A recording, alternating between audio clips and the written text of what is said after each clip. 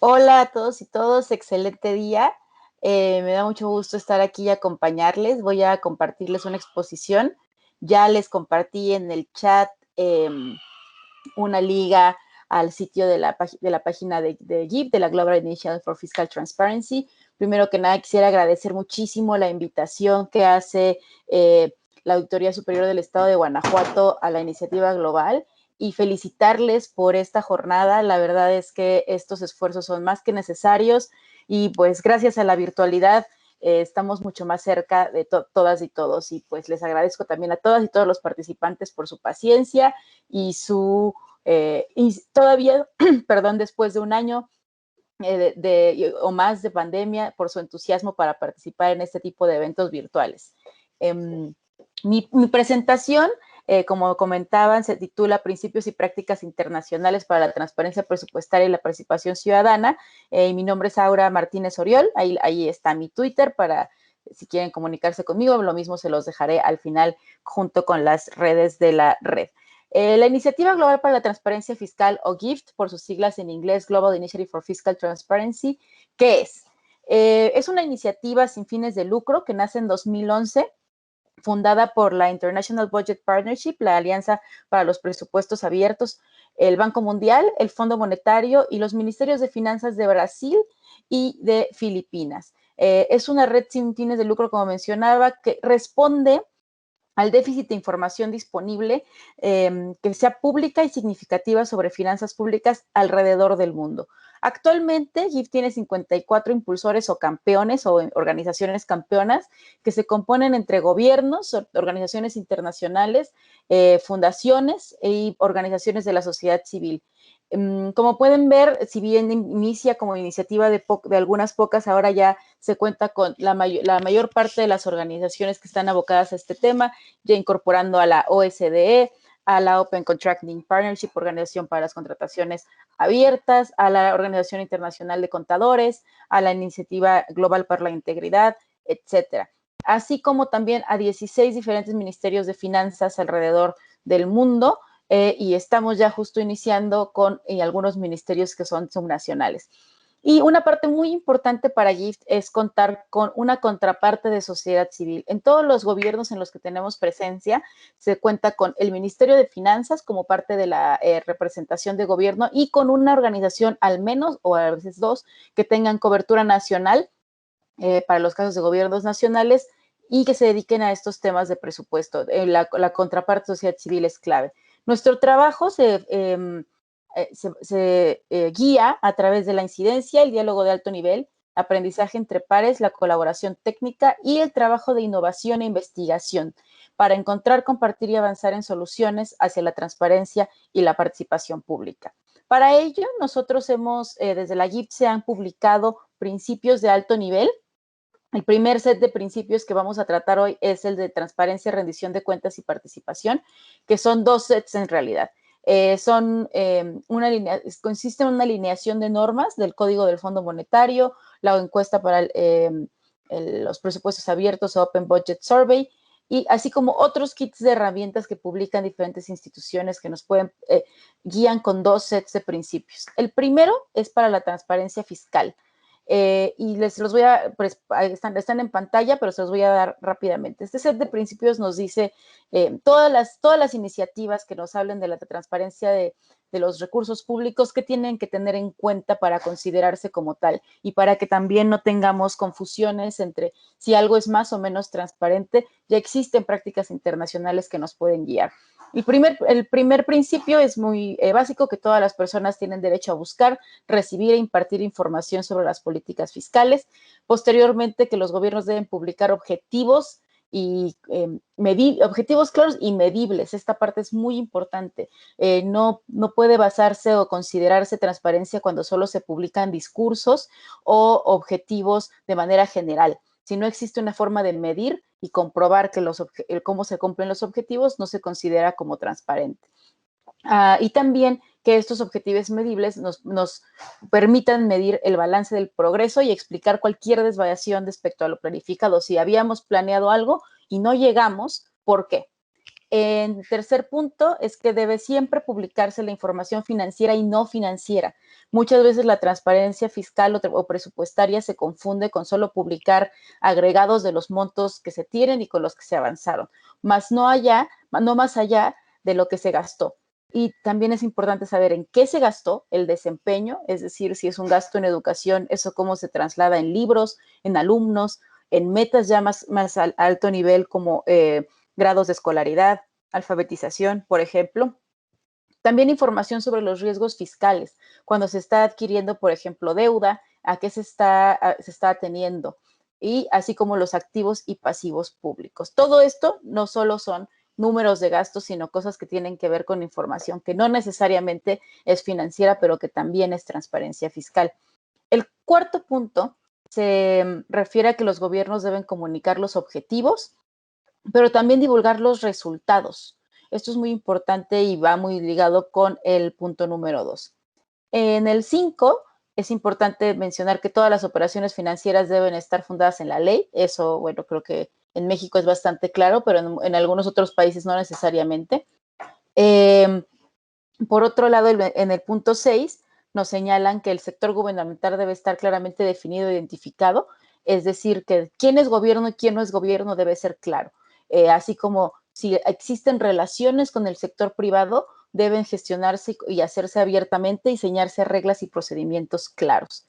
El séptimo principio nos habla de que debe quedar claro las diferentes funciones y responsabilidades entre y cómo se dividen entre los tres poderes y en este caso y muy relevante para este foro, entre los gobiernos nacionales y cada nivel subnacional.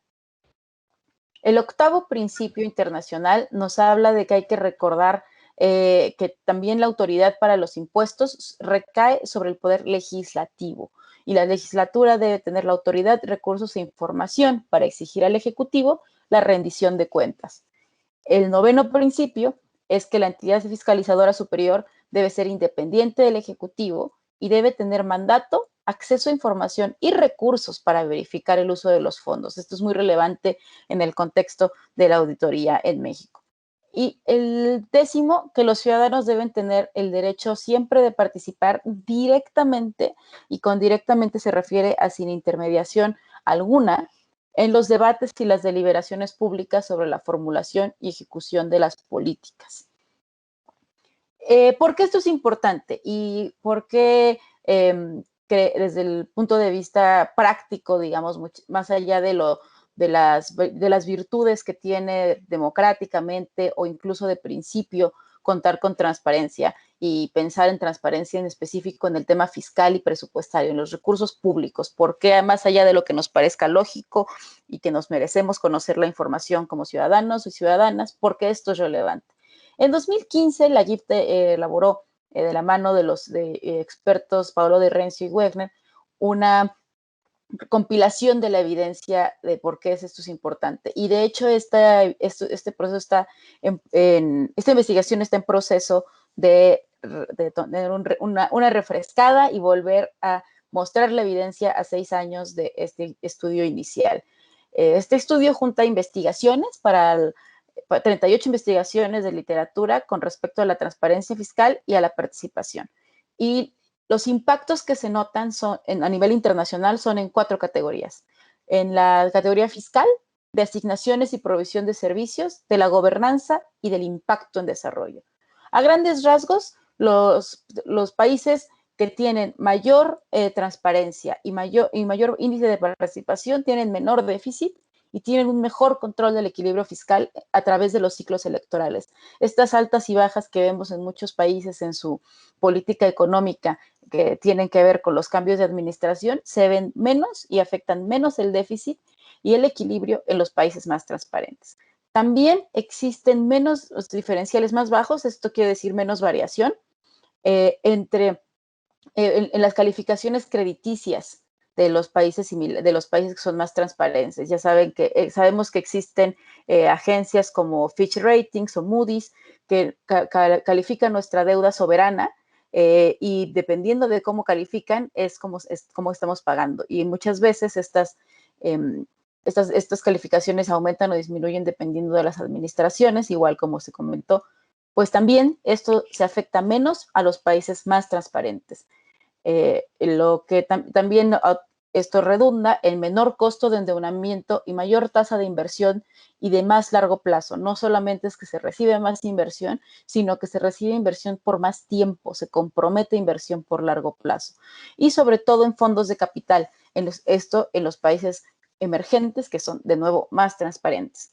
Y los saldos fiscales también disminuyen y bueno, todo esto redunda en lo que se comentó al principio, se reduce o elimina incluso el efecto de los ciclos fiscales, de ciclos electorales en los fiscales. Estos son evidencias pragmáticas de una serie de revisiones de los países que nos comprueban que ser más transparente te da mejores resultados macroeconómicos, ser más transparente en específico en materia de recursos públicos.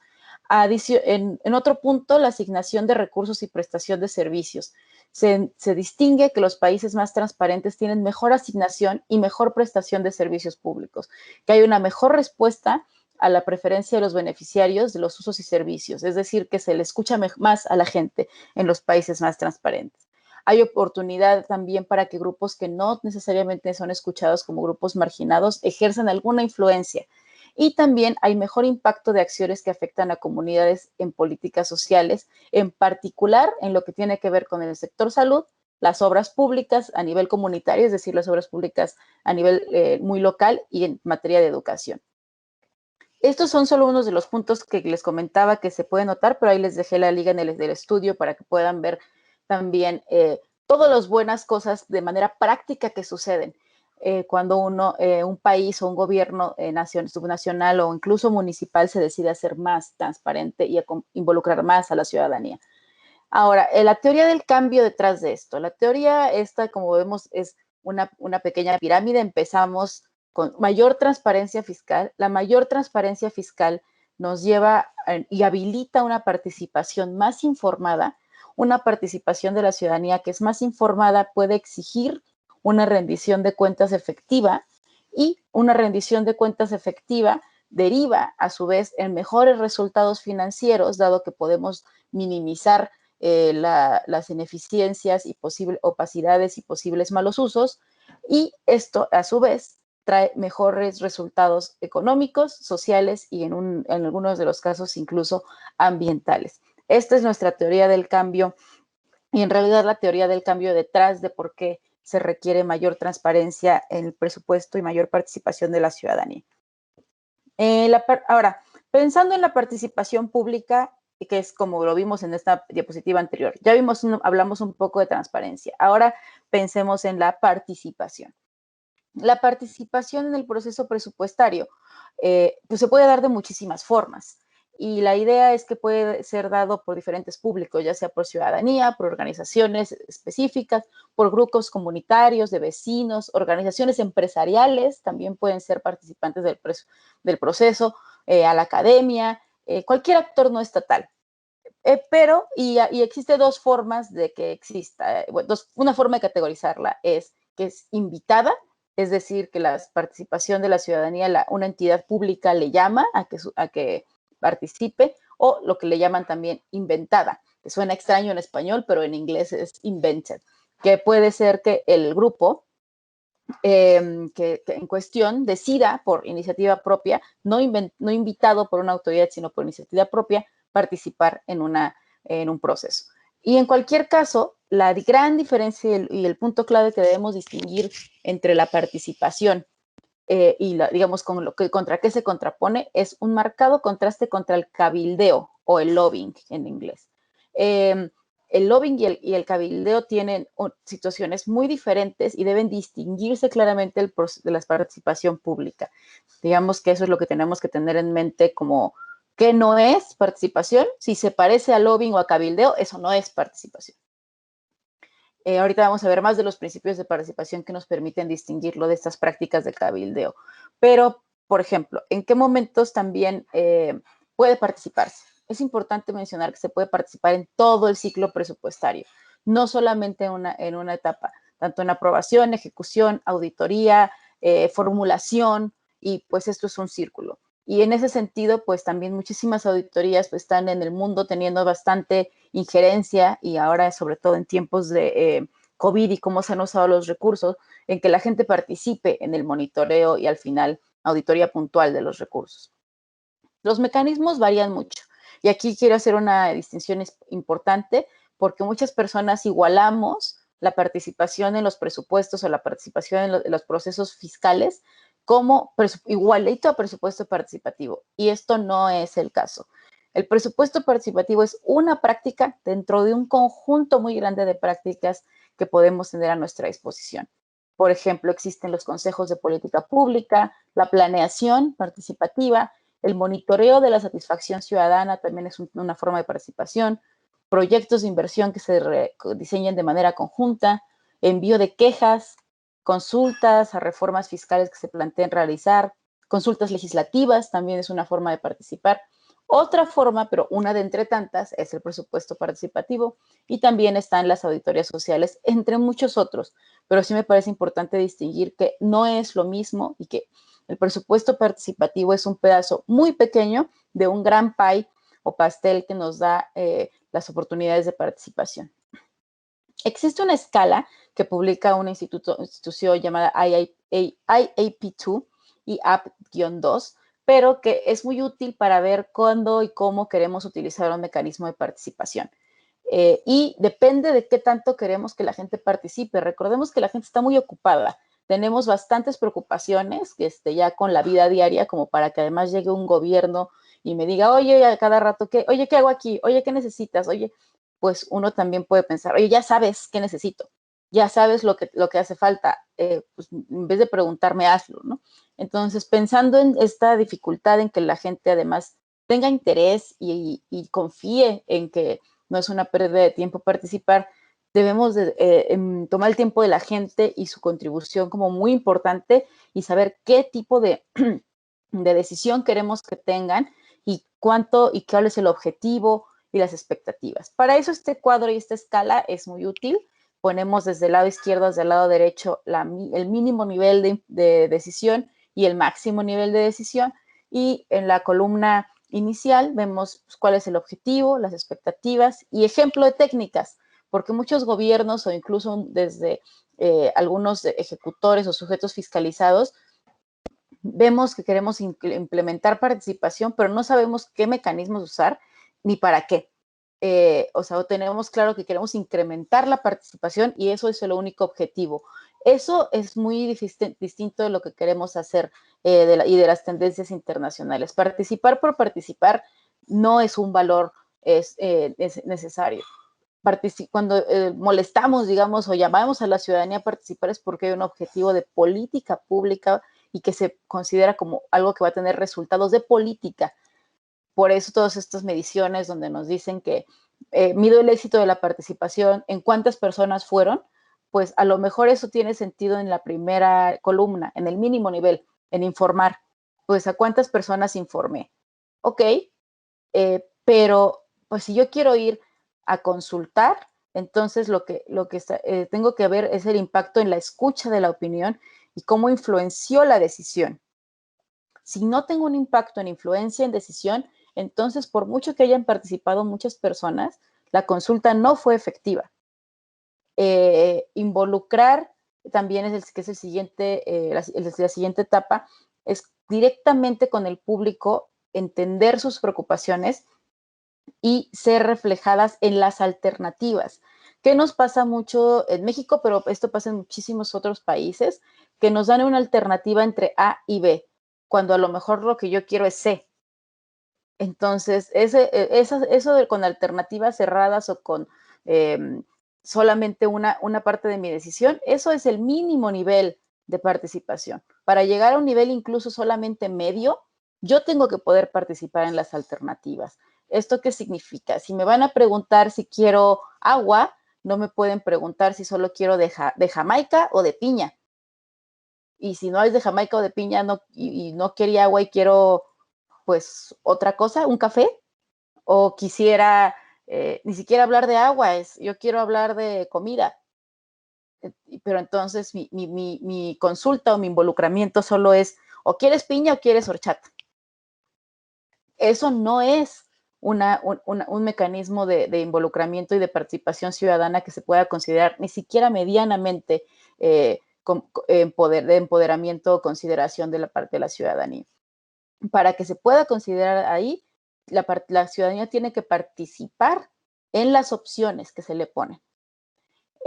Para ir a un nivel más allá, que es el nivel colaborativo, la ciudadanía además de que se trabaja en las alternativas y la decisión, se busca el consejo para formular la solución.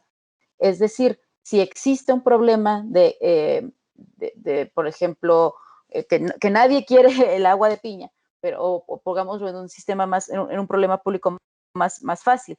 Si existe un problema de drenaje y nosotros solo consideramos poner un acueducto o tapar el drenaje, y yo considero que colaborativamente llegamos a otra posible solución, que es contar con otro tipo de drenaje a través de, digamos, unas fosas. Ok, fosas. Y ahora, esta solución tiene que estar, ¿cómo se va a hacer? ¿Cómo se va a consensuar? Vamos a discutir estas tres juntas, cómo las vamos a procesar, y una vez que se llegue a la solución posible, ¿qué haremos de manera conjunta? Eso ya es una herramienta colaborativa. Y en el empoderamiento, no solamente existen todas estas opciones, sino que la decisión final es por parte del público. Y no hay, o sea, digamos, no hay cuestionamiento de la autoridad respecto de dicha decisión. Aquí en la última vemos, pues, el tipo de técnicas que se pueden utilizar si queremos estar en cada uno de estos escaños. Ahora bien, una disculpa, tomaré agua. Gracias. Los principios de participación. Así como vimos los principios de transparencia, también hay unos abocados específicamente de esta parte de la participación que nos van a permitir por completo diferenciar un ejercicio de participación de un ejercicio de cabildeo o de una votación simple. El primero es la accesibilidad, que es que la participación se debe de facilitar distribuyendo la información completa, así como todos los datos, y utilizar formatos y mecanismos que sean fácil para todas y todas acceder. Si solo lo pongo en un espacio que tiene acceso una parte de la población y no la otra, no es accesible. Por ejemplo, si estoy hablando de una decisión que se lleva a cabo o un ejercicio de participación que se llevará a cabo en el contexto rural y solo coloco las cosas en Internet, eso no es accesible. Si al revés, estoy hablando de un ejercicio que trata de llegar a una población muy amplia y que tiene acceso a Internet y no lo pongo en la página, pero solo lo coloco en un pizarrón en la oficina de gobierno o algo así, tampoco es accesible. A eso se refiere este principio. El segundo principio, que es el de apertura, se refiere a proporcionar información completa y que responda al propósito, alcance, restricciones, resultados, procesos y plazos, así como los resultados esperados de cada uno de los procesos. Me gusta resaltar aquí la parte de los resultados esperados. Muchas veces cuando se le pide a las personas participar, no se dice qué va a pasar con esa participación. Entonces parece que mi opinión o que yo participe en una mesa de trabajo, si soy sociedad civil o en un proceso colaborativo, pues parece que fue todo una buena intención y que se fue al cesto de las buenas ideas, pero nunca en qué se iba a usar. Eso está contraviene este principio. El tercero, que es la inclusión, es que se deben usar proactivamente mecanismos para contactar e incluir a ciudadanas, ciudadanos y actores no estatales que están en grupos tradicionalmente excluidos y vulnerables o voces que son raramente escuchadas, sin discriminación. Y considerar cualquier opinión de forma objetiva independientemente de su origen. En este tema de la inclusión, a mí me parece muy relevante la parte de este principio que dice incluir. Contactar es importante, pero hay que incluir. Hay mucho tema, por ejemplo, en la cosa de género o comunidades indígenas o comunidades LGBT que se menciona, es que yo les llamé, yo les busqué. Bueno, si no están incluidos y nada más les buscaste, entonces no se cumple a cabalidad este principio, porque justo eso contraviene el principio de inclusión. De lo tradicionalmente incluido es porque no es difícil de encontrar y porque las personas han tenido las oportunidades constantes de estar en un foro. no es difícil encontrar, y esto en general, digamos, una persona, hombre, heterosexual, de tez blanca, instruida sobre un tema. ¿Por qué no es difícil? Porque estas personas han tenido todas las facilidades como grupo tradicionalmente para participar en la vida pública. No obstante, una persona que tiene todas estas atributos en reversa, digamos, una mujer de una comunidad indígena que no sea heterosexual, que no tenga una instrucción hasta cierto nivel, esa persona tradicionalmente no tendrá la misma oportunidad. Por eso es que es importante que al hacer ejercicios de participación se busque una inclusión de manera proactiva y que sea real, relativo a lo que pues tradicionalmente se cuenta. Justo esta excusa un poco de es que no los encontré, es justo lo que se quiere combatir con este principio. No les encuentras porque no están tradicionalmente incluidos. El cuarto es el respeto a la autodeterminación, que se refiere a apoyar a las personas que están y que permitir que accedan a la participación personas directamente afectadas para que puedan articular sus intereses. Es decir, en México y en otros países, por ejemplo, estos ejercicios han sido de participación a los que se refiere esto de manera más específica a veces, es la minería, ¿no? O las decisiones de infraestructura que afectan diferenciadamente a una comunidad. Eh, debe de consultarse a esa comunidad y debe permitírsele manifestarse de manera independiente. El quinto principio, que es de oportunidad, es que haya suficiente tiempo para que las personas participen. Básicamente es que si mañana se va a decidir y me preguntan hoy, pues ya no tuve tiempo de decidir ni de informarme ni nada. Debe de haber suficiente tiempo para que mi opinión sea escuchada. El sexto es la profundidad, que es que cada participación del público debe contar tanto con la información relevante como especificarse cómo se va a ocupar los comentarios puntuales y específicos de la opinión del público. La proporcionalidad, usar una combinación de mecanismos de participación que sean proporcionales a la escala de impacto del problema. Es decir, si voy a preguntar por una política que le impacta a todo el país, no puedo realizar una encuesta, consulta, jornada, foro, mesas de trabajo que sean pequeñas, que duren una semana solamente para que la gente opine. O sea, no puedo pensar que en un tiempo de, no sé, 2 días todo el mundo se va a enterar y solamente si lo pongo en un comercial. Tendría que decir, bueno, si es una cosa que va a afectar y el impacto es de la vida pública y de política es muy grande, debo de tener una combinación de mecanismos que permitan que se entienda esto y que sea proporcional al problema. Bueno, y lo mismo, si es una decisión muy pequeña, no voy a movilizar todos los medios del Estado para que participe una circunscripción de 15 personas. Estoy exagerando, lo sé, pero hay que tomar en cuenta también eso. El octavo, que es la sostenibilidad, nos habla de que aunque se debe de mantener una participación continua y regular. Es decir, que los ejercicios de participación no deben ser una cosa que suceda una vez y ya nunca más, ¿no? Y debe analizarse periódicamente y evaluar la experiencia de la ciudadanía para que se mejore tanto cómo se lleva a cabo el proceso de participación como el impacto. El noveno es la complementariedad, esto es que los mecanismos sobre todo se complementen y aumenten la eficiencia del gobierno, más que sean duplicados o que sean en detrimento de la eficiencia.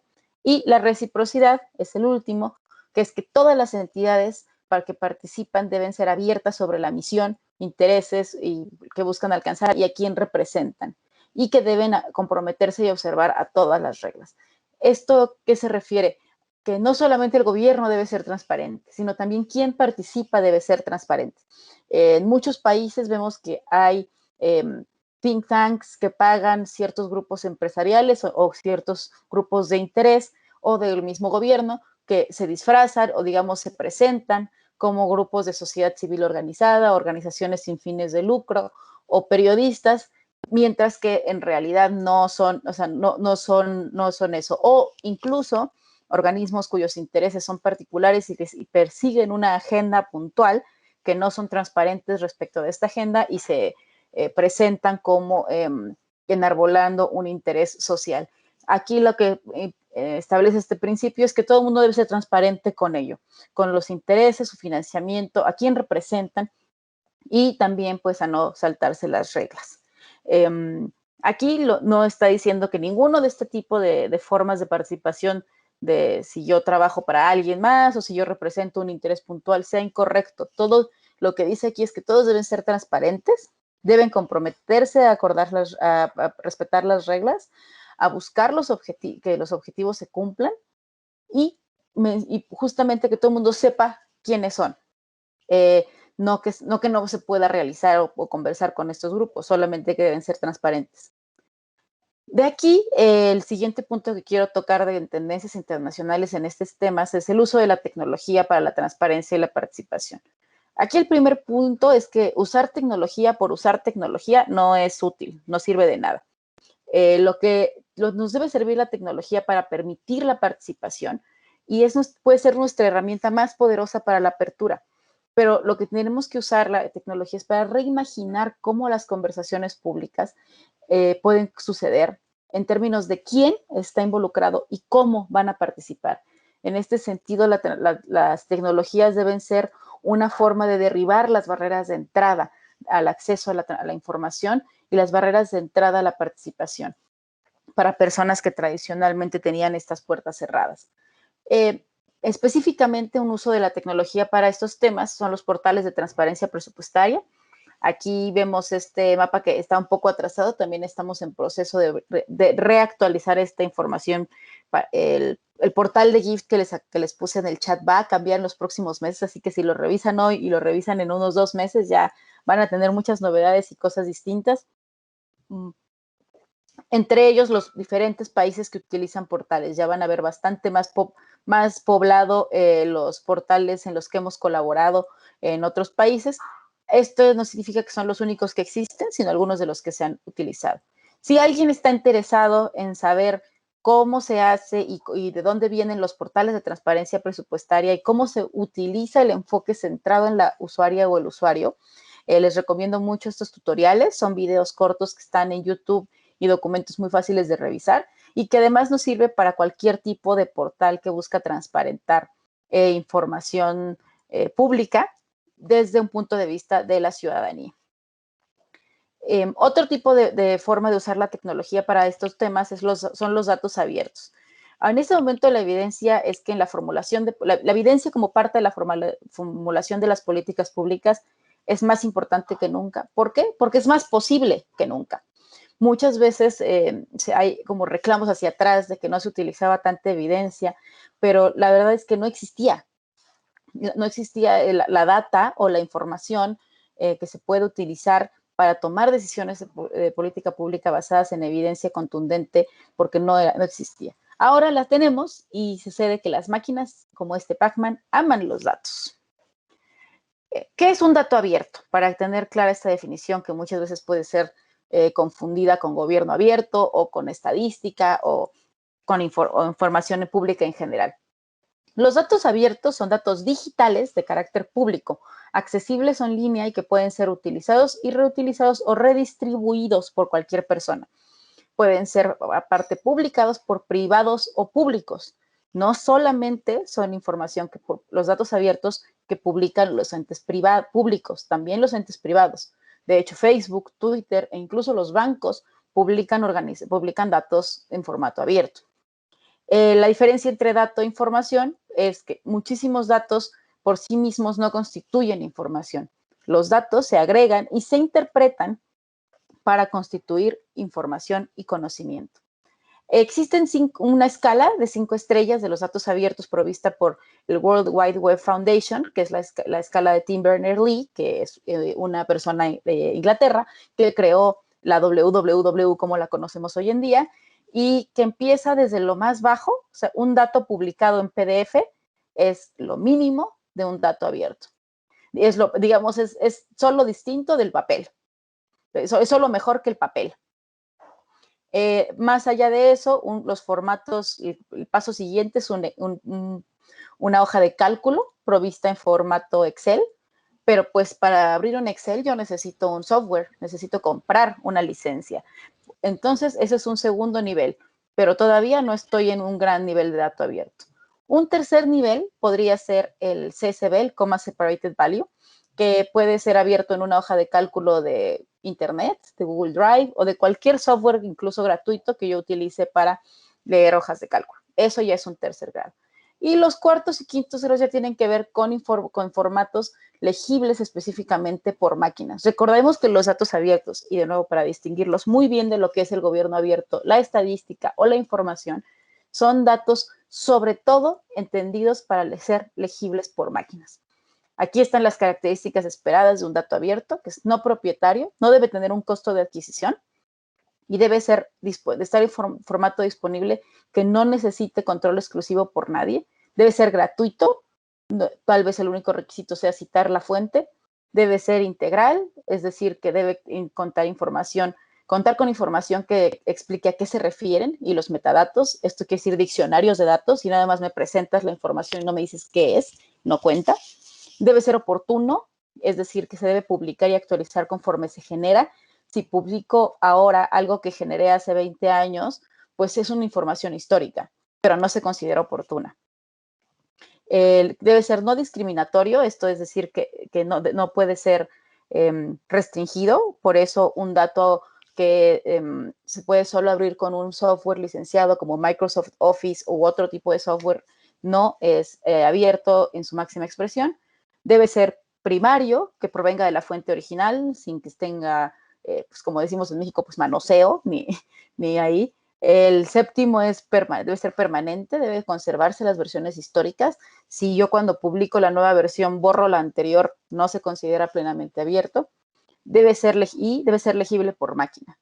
Debe estar estructurado para permitir el procesamiento automatizado. Es decir, que no puede ser, por ejemplo, si es una base de datos, no puedo publicarle una foto de la base de datos, porque es una máquina, no puede leerlo para ver qué hay en cada celda y hacer operaciones. Por ejemplo, esto es un documento de Mongolia. Más allá de que esté en cirílico y no le entendamos, es una imagen, es pública, está en línea, pero no es un dato abierto. Esto es otro documento, es público, es descargable, no es una foto, es un PDF al que yo me puedo poner encima y subrayar, pero tampoco es un dato abierto. Además, aquí notemos, tenemos hasta incluso celdas combinadas. Sabemos las personas que utilizamos algún tipo de hoja de cálculo, ya sea en Excel u otro tipo de software, que esto no se puede sumar. Ahora, ya tengo una hoja de cálculo, lo puedo descargar, está ineditable, pero ¿es un dato abierto? No, tiene formato, tiene celdas vacías, tiene texto. Esto no es un formato legible por máquina. Si yo quisiera hacer una fórmula que generara siempre el mismo resultado, con este archivo no lo podría hacer. Ahora, ya tengo una cosa más estructurada, que no tiene formatos, que no tiene textos, que no corresponden a la información, pero es un dato abierto. No, porque está sucio. Tengo celdas vacías, tengo una fila vacía. Y si yo incluso intentara hacer una tabla dinámica con esto, me marcaría un error. Esto, de nuevo, no es un dato plenamente abierto. Visualizaciones. Puede estar muy bonito, muy bien hecho, muy entendible. Esto es una visualización que facilita el entendimiento para las personas, pero una máquina no puede revisar esto a cabalidad. Por ello, no es dato abierto. Lo mismo las consultas dinámicas. Las consultas dinámicas, yo no puedo bajar de aquí necesariamente toda la data junta para yo revisarlo por mi cuenta. Por ello, no es un dato abierto. Esto es interesante porque todo esto es muy útil y la ciudadanía debe contar con acceso a todo este tipo de información, pero no podemos decir que es un dato abierto. El dato abierto es el dato original, el que permite justo realizar algo como esto, algo como esto, algo como esto. Así que, por favor, si queremos decir que es un dato abierto, hay que ver cómo publicar. Y lo que vemos a la derecha, aunque pareciera mucho más confuso para una persona que no entiende el presupuesto, es mucho más abierto que el primero. Porque en el primero, eso es la única consulta que puedo generar. Y si yo quiero saber más, no puedo. Y en el segundo puedo generar, con el segundo del lado derecho, puedo generar información como el primero, pero también podría generar esto o podría generar esto. Y con el del lado izquierdo, de ninguna manera podría generar esto ni esto. Ahora, también para qué nos sirven los estándares y las especificaciones y todas estas cosas que pueden parecer más técnicas. Pues los estándares, como sabemos, son reglas que describen y registran los datos. Existen generales e incluso que aplican a cualquier otro sector como el sector privado, que es como muchos han de conocer el ISO. Y hay específicos para la información presupuestaria y de datos abiertos, como el paquete de datos fiscales o taxonomía del estándar de gasto que promueve GIFT, el Banco Mundial y la Open Knowledge Foundation, el estándar de contrataciones abiertas. ¿Y cómo se ven? Pues se ven así, se ven en realidad como una especificación muy técnica y legible por máquinas. Pero esto nos permite vincular varios datos. Es la base para conectar con otros datos relevantes, por ejemplo, con las contrataciones, con el Open Contracting Data Standard, estándar para las contrataciones abiertas, con proyectos de inversión a través de la iniciativa COST del Banco Mundial, con información de las industrias extractivas como petróleo, gas, maderería, minería, y con otra información como de ayuda internacional, como el caso de la Iniciativa Internacional para la Ayuda. Y permiten vincular los datos también en procesos. Por ejemplo, aquí vemos cómo se vincula de manera muy general la información entre presupuesto, contrataciones y de nuevo cierra como presupuesto. Del lado izquierdo tenemos una base de datos, la simbolización de una base de datos que habla acerca de líneas de gasto o partidas, cómo eso me permitiría conectarlo con procesos de contratación, con procesos de planeación, con contratos, después con implementación financiera, con transacciones y de nuevo, a través del contrato, eso se puede conectar con el momento contable del compromiso y a través de la implementación financiera con el momento contable del devengado, por ejemplo. Ahora bien, pues como vimos, esto nos lleva a pensar que a lo mejor esto de los datos abiertos es muy técnico. Pero ¿cuándo sirve? ¿Cuándo sirve en realidad para todos? ¿Cuándo se usa? Por ello, desde la GIFT se han implementado varias iniciativas. Tenemos dos que les llamamos pues nuestras iniciativas estrella, que son el Rally Internacional Datos en la Calle y el Exploradatos para la mejora del gasto para el desarrollo sostenible. Están viendo los flyers de 2020, pero en 2021 también se han realizado. En el Exploradatos para la mejora del gasto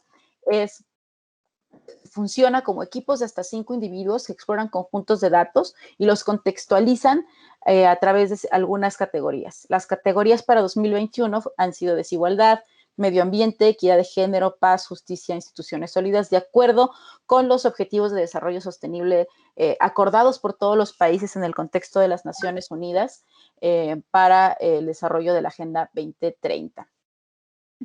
Y bueno, me gustaría comentarles que me parece que este ejercicio también va a suceder en Guanajuato en los próximos meses, como parte de las actividades de la Secretaría de Finanzas, entonces estén muy atentos y atentas. Algunos de los resultados de este ejercicio hemos podido ver, por ejemplo, en Indonesia, y ahí tendrán las ligas, que se mejoró la asignación de fondos para la atención del VIH a través de un análisis realizado por la sociedad civil.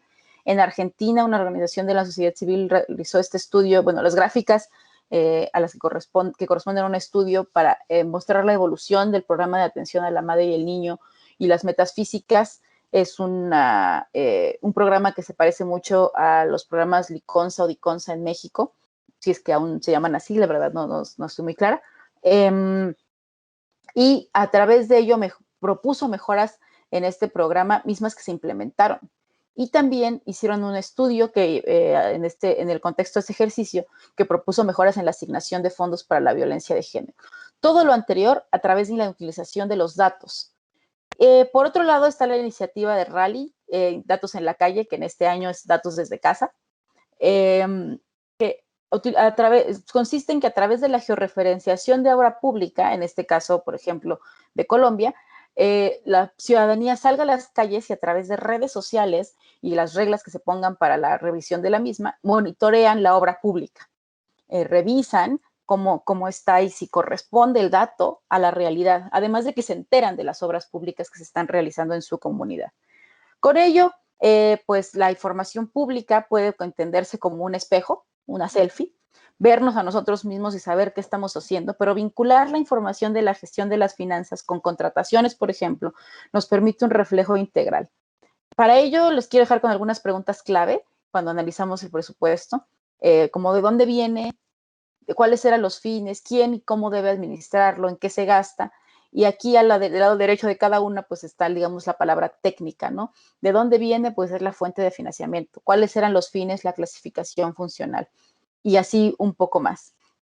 Ello nos permite transformar en herramientas. ¿Y qué tipo de herramientas podemos pensar cuando hablamos de transparencia presupuestaria y participación de la ciudadanía? En visualizaciones, en monitoreo, como en el caso del rally, en la inclusión de personas tradicionalmente excluidas, tanto en los procesos de participación como en la política económica, como en los casos que vimos de mejora de los recursos para las personas con VIH. Ay, perdón, alguien prendió su micrófono. Y como evaluación de la satisfacción, etcétera. Y ya para cerrar esta discusión, esta conversación, perdón, y pasar a sus dudas y cualquier comentario que quieran hacer en este momento, me gustaría dejarles y a platicar un poco sobre la publicación en materia de COVID-19, porque como vimos, uno de los principios es que sea oportuno y que sea relevante la información. Entonces, la publicación debe responder a necesidades e intereses que cambian. Y en este caso, pues, el interés que preocupa a todos y todas es la información relacionada con COVID. Por ello, el año pasado, la GIF publicó la versión 1.1 de la guía para la transparencia fiscal en emergencias, la guía para el COVID-19, cuyo objetivo es proporcionar una herramienta práctica que nos permita identificar conjuntos de datos y campos en específico para que se puedan tomar decisiones informadas y para que la transparencia sea significativa en las respuestas de emergencia, específicamente aplicado a COVID-19.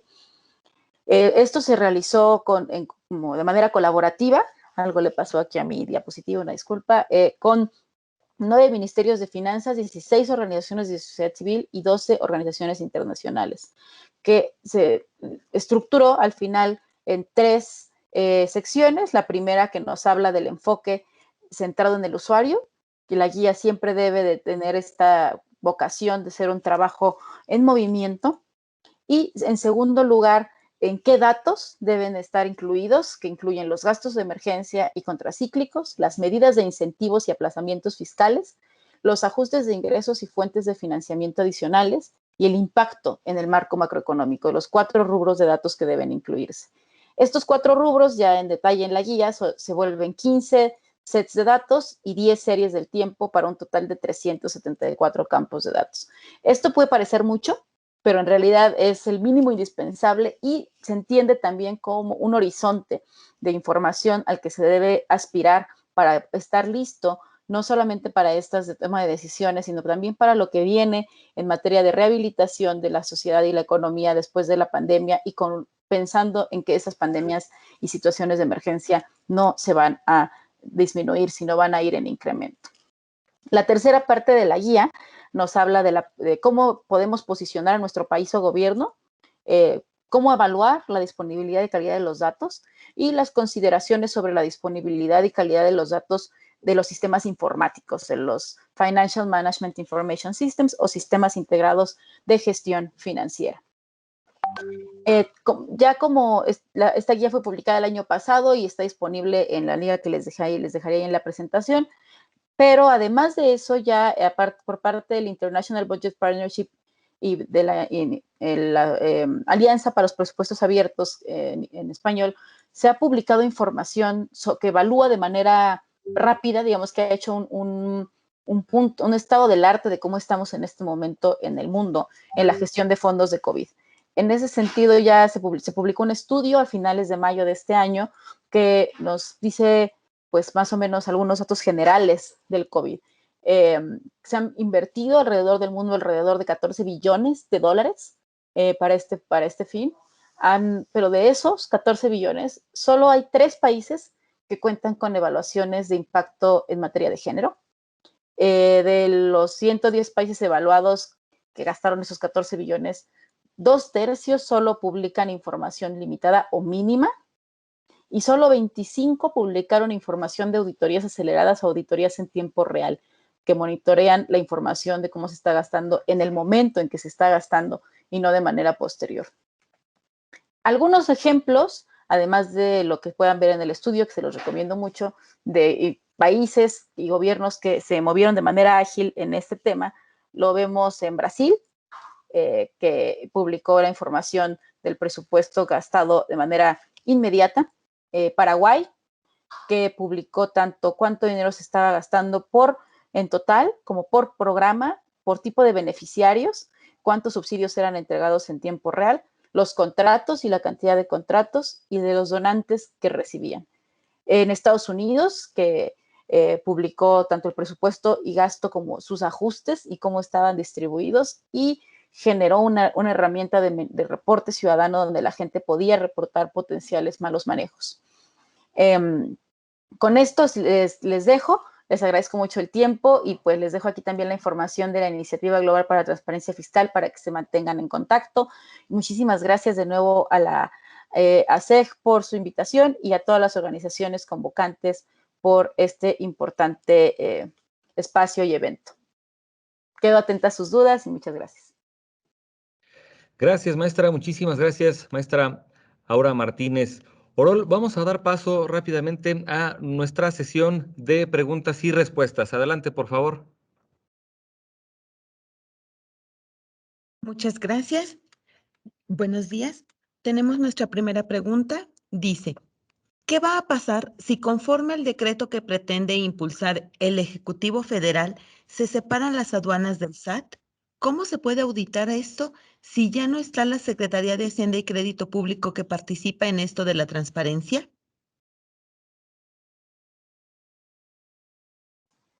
Híjole, no me queda muy clara porque no conozco el específico de este decreto, pero la parte de la auditoría de los recursos y la transparencia, la Secretaría de Hacienda en México sí está abocada en ello, pero también las auditorías y los órganos fiscalizadores cuentan con el mandato para fiscalizar recursos públicos que no solamente los que pasen por la Secretaría de Hacienda. Adicionalmente, también está en México el Instituto Nacional de Acceso a la Información y Protección de los Datos Personales, el INAI, y el Sistema Ejecutivo del Secretariado Nacional Anticorrupción, el CESNA. Entonces, en México existe una configuración compleja, pero vasta, de entes que pueden apoyar a que la información, incluso si se disgrega de la Secretaría de Hacienda, siga siendo sujeta de monitoreo, de transparencia y de auditoría, tanto de parte del órgano fiscalizador como social. Entonces, creo que si bien los específicos de este cambio que mencionan no los conozco, creo que el contexto mexicano tiene bastantes pesos y contrapesos para asegurar que se continúen con prácticas que sean alineadas al monitoreo y la transparencia, digo, siempre y cuando los órganos lo tengan claro, ¿no? Y me parece muy relevante este punto. Muchas gracias. Nuestra siguiente pregunta dice, ¿cómo considera usted que estamos en México como país en transparencia presupuestaria? Bueno, aquí hay algunos indicadores internacionales. La Alianza para los Presupuestos Abiertos, International Budget Partnership, publica el índice de presupuesto abierto. En ese índice, México ha evolucionado en los últimos 10 años, es un tema de largo plazo, a estar en 6º lugar a nivel internacional. Esto tiene que ver con la transparencia en algunos documentos. Ahí digamos, va muy bien. México es el primer lugar en la región, está más alto incluso que otros gobiernos que parecían más transparentes en la región. Y adicionalmente tenemos otras mediciones, pero esto no quiere decir, justo una parte importante es esto, la información es útil cuando se usa. Muchísima de la información que se publica no se utiliza para fines de monitoreo o de vigilancia de los recursos.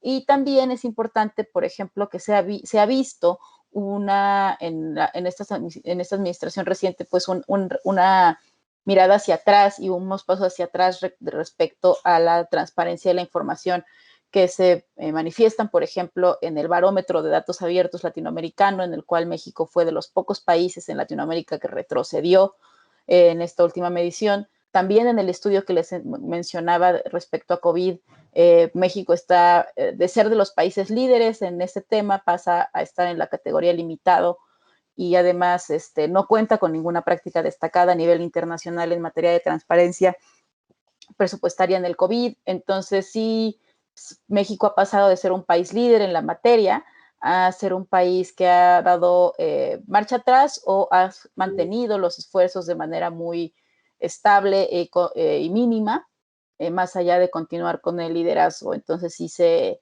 espera mucho de México en los años venideros para recuperar su posicionamiento a nivel internacional, porque pues hay otros países que se han puesto, o sea, que ante el liderazgo anterior de México se han puesto las pilas y México se ha quedado atrás y no ha levantado esa perspectiva, y ante COVID-19 pues sí ha sido de los países de los que se esperaba mucho y que no ha llegado a las expectativas, presentando alguna práctica de transparencia proactiva y fiscal de manera relevante.